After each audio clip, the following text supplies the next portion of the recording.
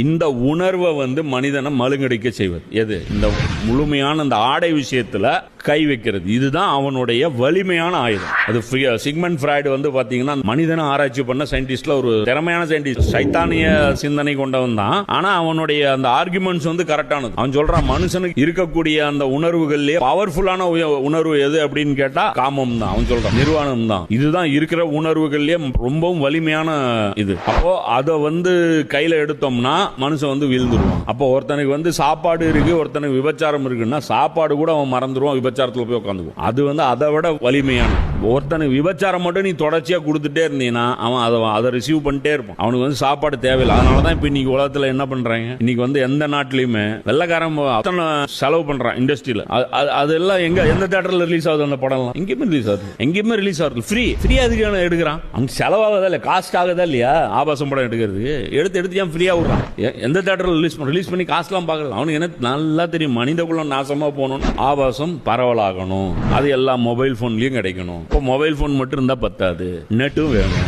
அப்போ மாசத்துக்கு 1 GB இருந்தா கட்டுப்படி ஆகாது, அதிகப்படுத்தணும். அப்ப டெய்லி 1 GB 2 GB கொடுக்கணும். ஷைத்தான் அவனுடைய டார்கெட்ல நம்பர் 1 டார்கெட்டா வைக்கிறது பெண்களை நிர்வாணப்படுத்துவது. அடுத்தது என்ன?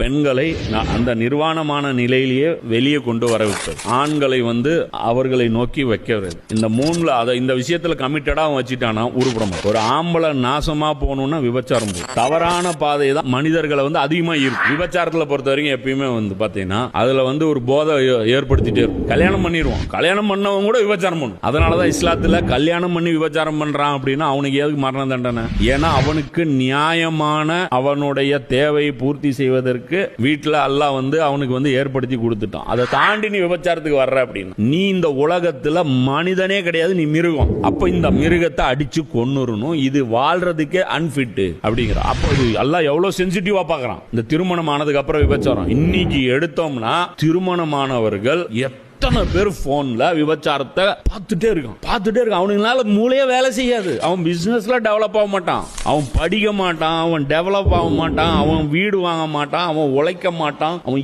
எதுக்குமே ஆக மாட்டான். அவனை மாதிரி ஒரு பயந்தாங்குழி வேற யாருமே இருக்க மாட்டான். இந்த விபச்சாரத்தின் பக்கம் மட்டும் தொடர்ச்சியா போயிட்டே இருந்தாங்கன்னா தன்னுடைய வீரத்தையே இழந்துருவோம். நபி ஸல்லல்லாஹு அலைஹி வஸல்லம் காலத்துல